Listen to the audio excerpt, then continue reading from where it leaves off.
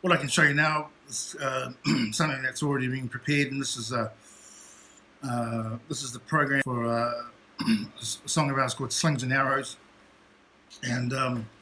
this is essentially how we perform this tune live. Um,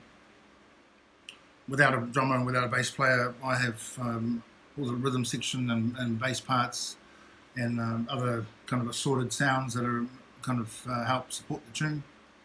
Um,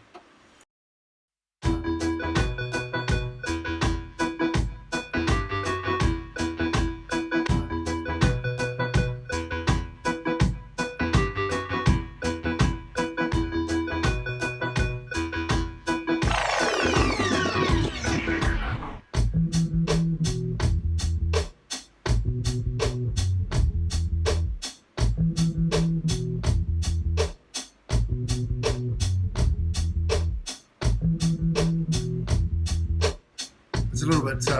empty. I mean, because essentially you have to imagine that I'm running this down with 7 other guys on stage who are playing the keys, who are playing the horn parts, and my main role is to just really deliver the rhythm section. And I do a lot of live effects, on stage.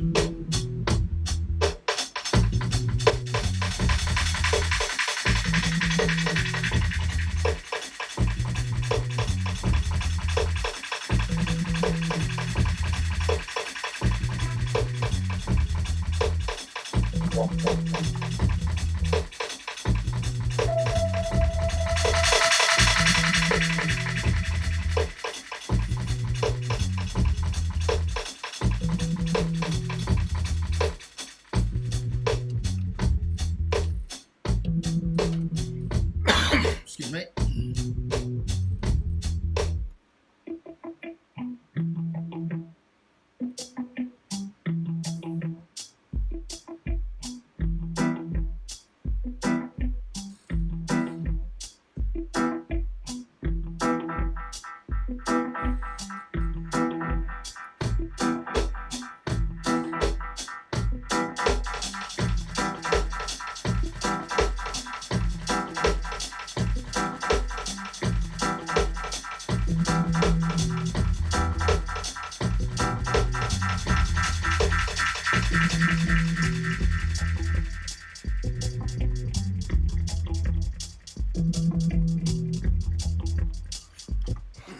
Yeah, that's a bit of a kind of a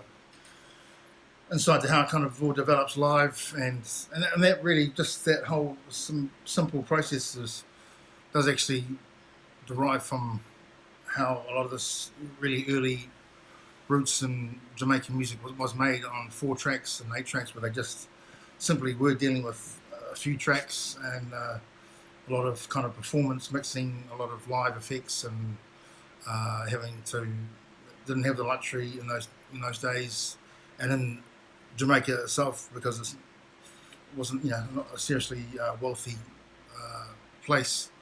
and the studios, it's amazing the quality of the music they seem to come up with such kind of fairly basic gear, but they managed to do it, and I take a lot of inspiration from a lot of those early Jamaican producers, and kind of how I go about making music, really.